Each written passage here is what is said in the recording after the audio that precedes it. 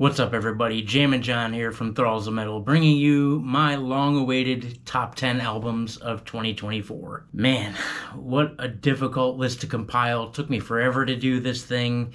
You guys have stuck with me throughout the first 30 albums, and I know you've all been waiting for the top 10, so I'm just going to get right into it.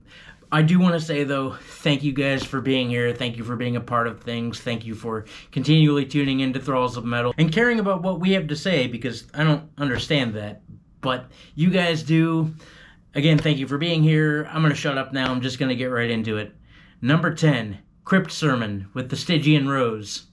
In a world where we don't have Candlemass, well, at least the first 4 albums of Candlemass, we have this band, and most notably this album. Right off the bat, I'll just say that every song on this album rules. But the choruses of both Skying Orb and the title track are probably 2 of my favorites. So goddamn catchy and loaded with earworms. Even now, just saying Scrying Orb makes me want to start singing.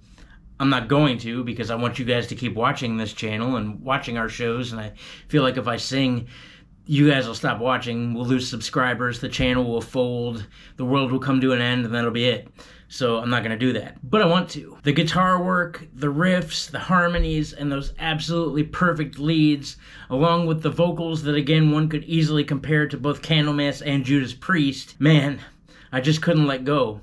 These songs all flow nicely, transition well, and are a great mixture of metal, thrash, and doom. I was so grossly impressed by this album, and it hasn't left my playlist since we reviewed it. Absolutely love this beast of an album. If you haven't heard it, please check out Crypt Sermon. I'm pissed off that we missed them at the MDF Pre-Fest, but we didn't know we were going, so we'll catch them eventually. Again, Crypt Sermon with the Stygian Rose. Coming in at number 9. Replicant with Infinite Mortality. I got into these guys a long time ago with Malignant Reality and just never left the Replicant camp.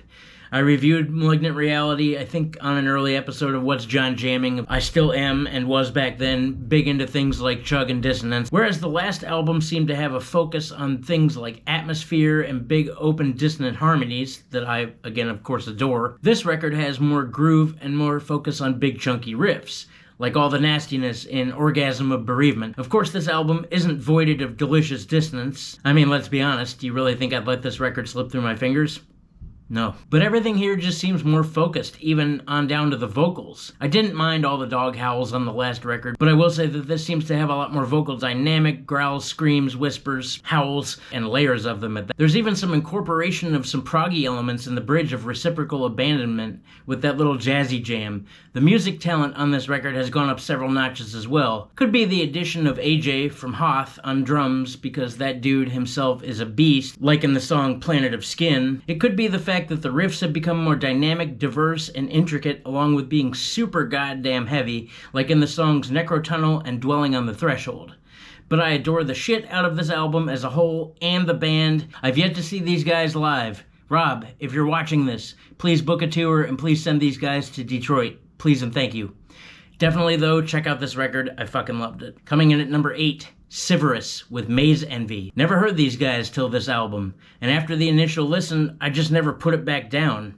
From the creepy, haunting strings in the interlude, the azure eye, that continue on in the background of the absolute monster shrouded in crystal, this record and its unrelenting gnar pack a dark, evil, doomy, groovy punch. Making a return to my ears amongst the savagely heavy riffs are the killer low-end tremolos and their accompanying harmonies, packed full of downright brutal moments more akin to the likes of Suffocation, atmosphere closer to that of Spectral Voice, and dissonance like that of Replicant and Cosmic Putrefaction. This record was kind of a no-brainer for me.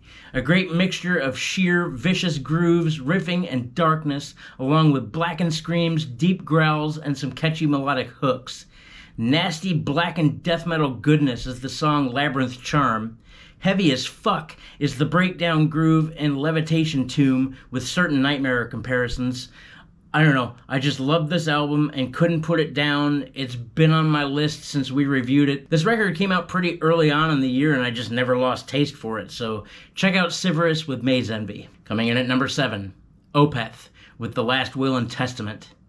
I'll be honest, this is the first Opth record that I've really enjoyed since Watershed, and albeit not as heavy, it is back to being grossly entertaining. First of all, it is beyond rad, and I have missed Michael Ockerfeld's growls so much. I'm glad to hear them back, and while they don't dominate this record, the fact that they're there alone just, it made my heart jump up and down. That first single they released, the Movement 1, I probably listened to that thing 30 times just to celebrate the fact that he sounded like a demon again. And don't get me wrong, I love his clean vocals. I've always loved his clean vocals. Damnation to this day is up there with my favorite Opeth albums. If you've seen the ranking, you know where it sits. I definitely hear moments from Ghost Reveries and Deliverance and Blackwater Park and The Orchid and My Arms Your Hearse. Like, it's all incorporated in there, yet still keeping its more proggy nature that was found in later albums like Heritage and Pale Communion, even though that record was kind of meh. It is cool to hear, though, too,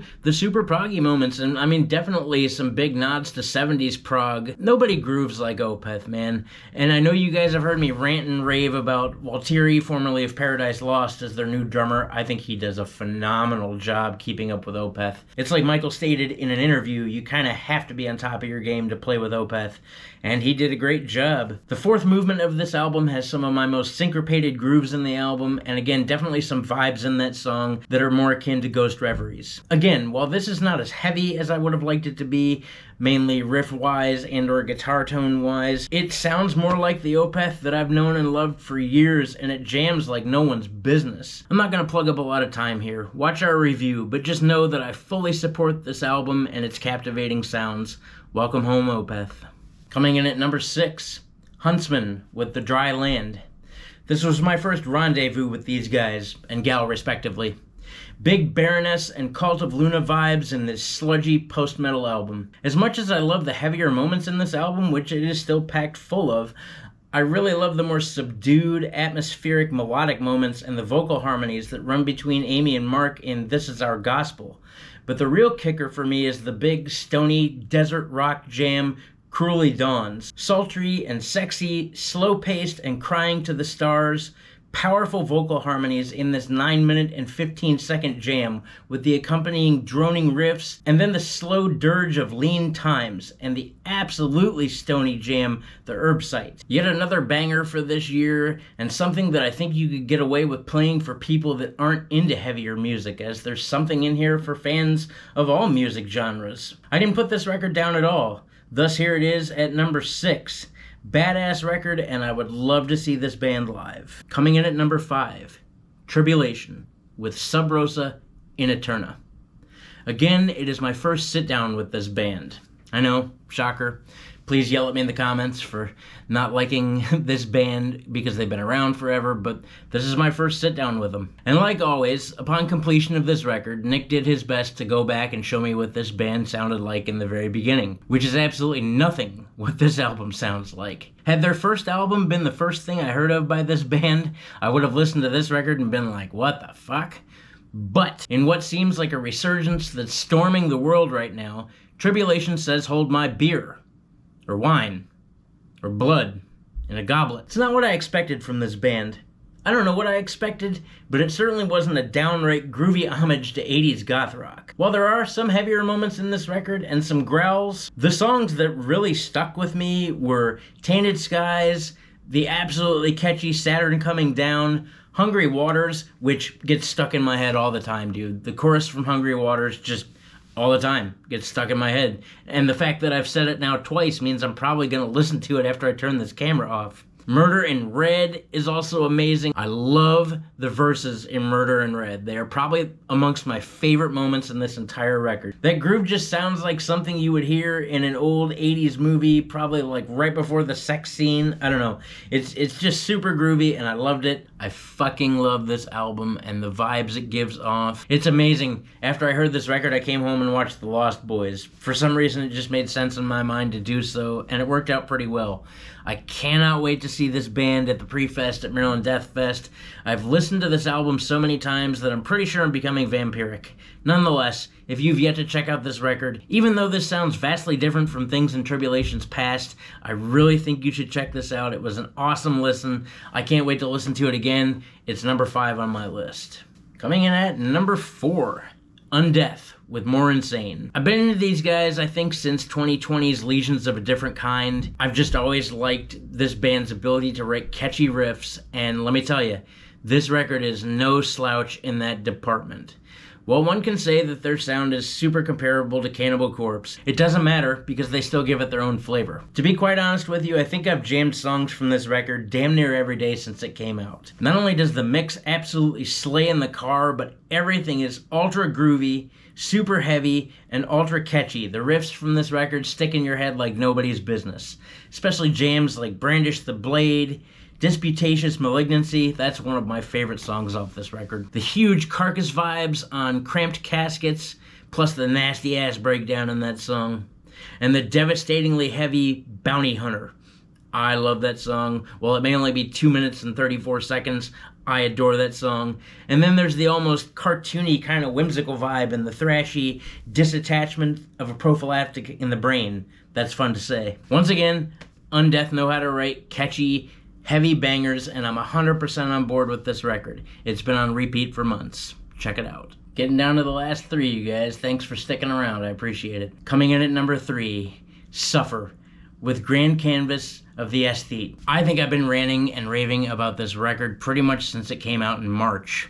Yeah, all the way back in March. When people ask me what my top albums were of the year thus far, even back in March, I'm 100% certain I said this band.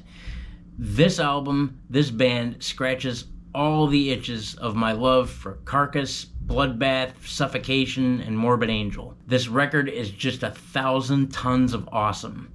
Big, beefy chugs, killer harmonies, killer guitar work overall, riffy as shit, super groovy, a mixture of death metal and melodic death metal like nobody's business. Absolutely savage breakdowns, amazing drum work from their drummer who is young as shit. I think he's like 18 or 19 years old. He plays, man, I would put him up there with pretty much any drummer nowadays. This guy is tight and just savage in his work. The blast beats are on point. The turnovers are on point. The mix of the drums sound incredible. And so all this wonderful riffing and savage drum work with Carcass-like vocals. I mean, that's pretty much this band in a nutshell. The leads are blazing, the breakdowns are savage, the tremolos are low and brooding. The title track of this record sets the pace and it just never lets up. The Morbid Angel riffing on Plentiful, Copious, Bountiful is up there with my favorite moments in this record, and the catchy ass breakdown in that song rules. It's hard not to throw my chair at any given point in this record. Like, just the whole time. High energy, just a savage beatdown. The song Carnal Flesh Parade easily sounds like something that could have come out of a Nile record. The riffs in there are absolutely disgusting. Just the groove and the vibe, it's dark, it's evil, super fucking heavy. Really, it's just the amazing riffs and the harmonies in this record. All the songs flow well. I never ever stop banging my head. I absolutely adore this album, and it's likely I will never stop jamming this powerhouse. And while Pernicious Precocious Mess is fun to say, holy fuck is that song heavy. You guys, if you've skipped out on Suffer for whatever reason, please go back and listen to it. I promise you, you will not be disappointed. This record is absolutely savage. Check it out. Coming in at number 2. If you haven't guessed by now, there's 2 records that I haven't mentioned yet, and I'm pretty sure you can guess what they are. Number 2, Blood Incantation with Absolute Elsewhere. Been a fan of these guys for a while, at least since Hidden History of the Human Race. And while they had mixed reviews on their last record, which definitely wasn't metal at all, I think they found the perfect mix of hanging out in both space and hell.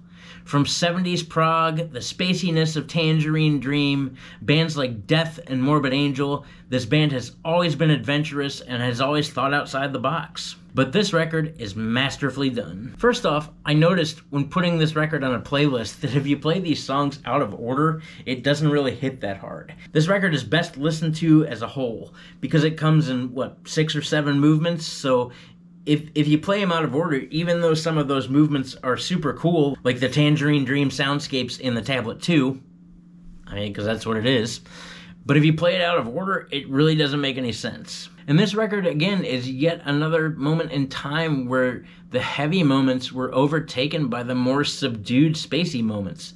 Maybe it's because I'm a stoner that I find vibing in space and hanging out with aliens and the stars and a spaceship sounds pretty entertaining, but I mean, I really liked it because this band definitely knows how to be heavy. They definitely know how to jam.